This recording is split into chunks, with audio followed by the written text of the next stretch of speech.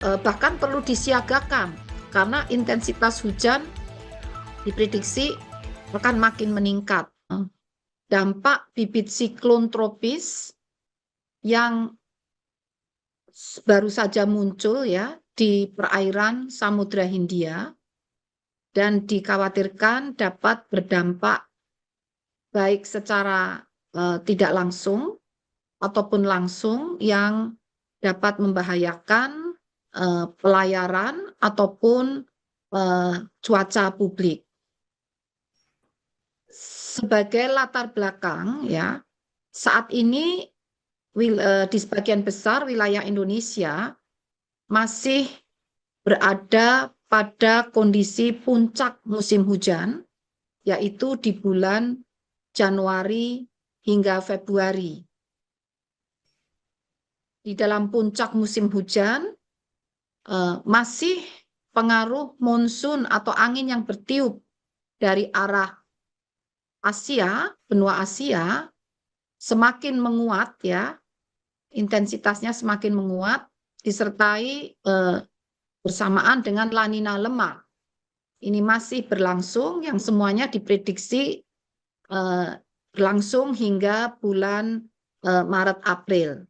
Selain itu juga masih ada pengaruh Madden-Julian Oscillation yang semakin bergerak ke arah Indonesia bagian tengah, dan juga adanya pengaruh seruakan udara dingin dari dataran tinggi di Asia atau dataran tinggi Siberia, dan juga masih ada pengaruh, ini sejak beberapa hari yang lalu ya, kalau yang saya sebutkan sebagai seruakan udara dingin dan Madden-Julian Oscillation, dan juga masih ada kondisi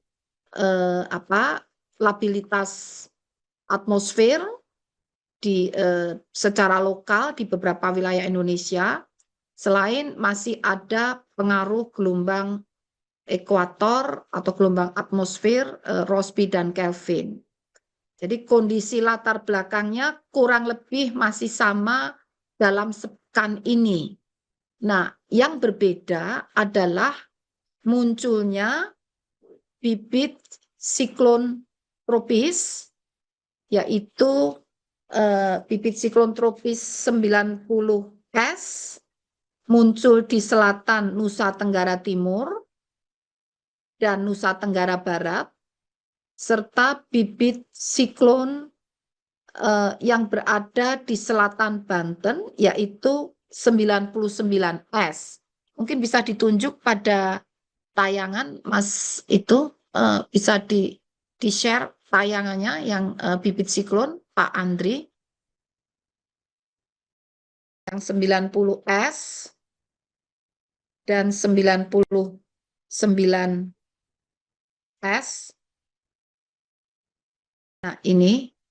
Jadi ini pemain baru istilahnya. Kalau yang saya sebutkan sebelumnya ada sekitar 5-6 fenomena, itu masih sama dalam kondisi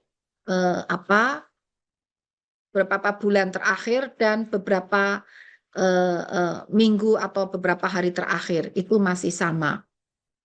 Nah, yang berbeda adalah kemunculan tadi bibit siklon 90S di selatan NTT dan NTB, serta bibit siklon 99S di selatan Banten, kemudian juga bibit siklon 96P di Teluk Carpentaria Selatan Papua.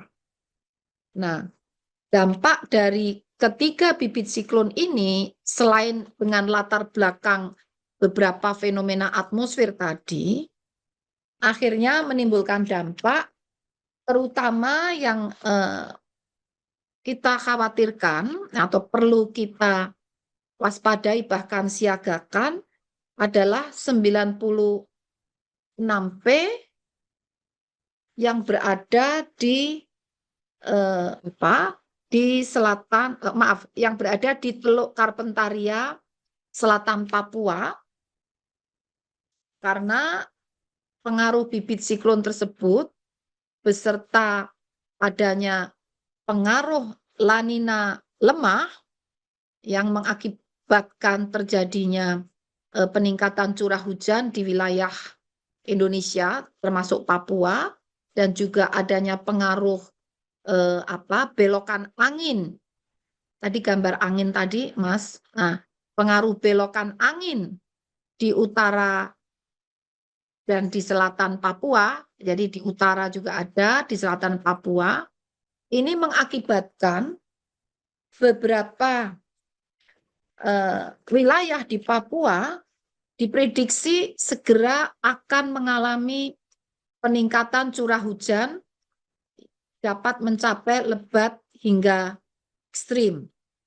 Nah, jadi beberapa wilayah atau provinsi yang perlu diwaspadai mulai periode tanggal 2 hingga 7 Januari, yaitu adalah ini terutama Papua, itu tadi karena kondisi belokan-belokan angin, lalu pengaruh La Nina lemah, dan adanya bibit siklon 96P, maka terutama perlu diwaspadai potensi hujan dengan intensitas lebat dapat berkembang menjadi sangat lebat dan ekstrim, itu di Papua, kemudian juga di Papua Pegunungan, dan juga di Papua Selatan. Nah, kemudian juga sebetulnya Papua Barat Daya itu juga perlu diwaspadai ya. Selain Papua Selatan, Papua dan Papua Pegunungan sebetulnya perlu diwaspadai juga Papua Barat Daya dan Papua Barat. Kemudian berikutnya yang perlu diwaspadai adalah di Nusa Tenggara Timur. Ini terutama wilayah Kupang dan sekitarnya. Itu bahkan perlu disiagakan karena intensitas hujan diprediksi akan makin meningkat. Kemudian juga di Nusa Tenggara Barat disusul di wilayah daerah istimewa Yogyakarta, ini terutama juga karena dipengaruhi oleh bibit siklon di ini selatan NTT dan NTB.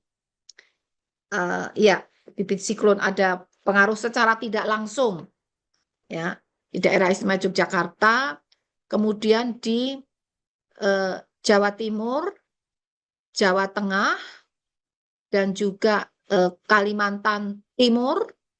Nah, ini Kalimantan Timur ini juga diprediksi akan mengalami peningkatan curah hujan. Kemudian juga di Kalimantan Utara, Maluku Utara, Jawa Barat, dan Jambi.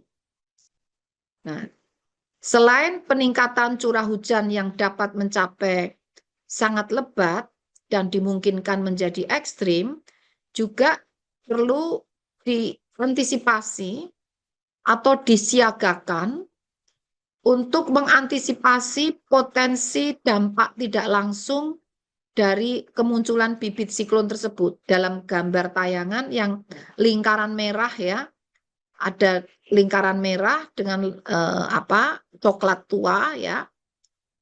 Ini dapat berdampak berupa ketinggian gelombang dapat mencapai 2,5 meter hingga 4 meter yang diprediksi akan terjadi di Samudra Hindia, Barat Bengkulu, hingga Lampung.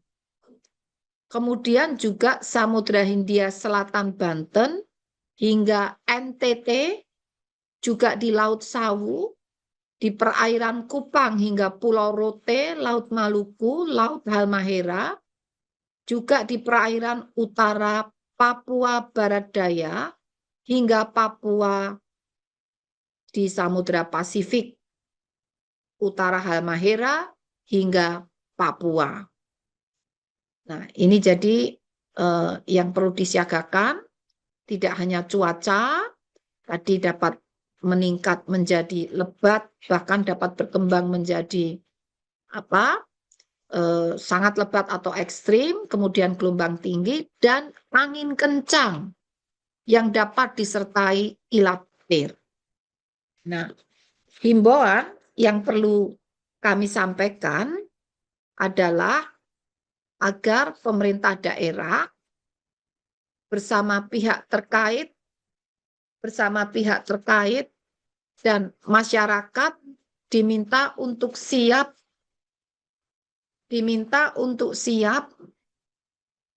siaga menghadapi potensi bencana hidrometeorologi seperti banjir bandang, dan tanah longsor. Nah, juga tindakan yang perlu dilakukan untuk antisipasi banjir dan banjir bandang itu adalah apabila masyarakat melihat bahwa awan mulai gelap, terutama awan-awan yang berada di arah gunung, di atas gunung ya. Misalnya kita tinggal di bantaran sungai, tapi tidak di gunung, di dataran rendah. Kita melihat ke gunung, ke arah gunung itu awannya sudah mulai gelap. Di tempat kita berada, itu masih cuaca cerah, awan masih putih. Ya. Tapi di hulu sungai, di daerah gunung itu sudah gelap, apalagi menggumpal, membumbung tinggi, segera saja tinggalkan lembah dan bantaran sungai. Menjauh dari lembah dan bantaran sungai sampai beberapa kilometer.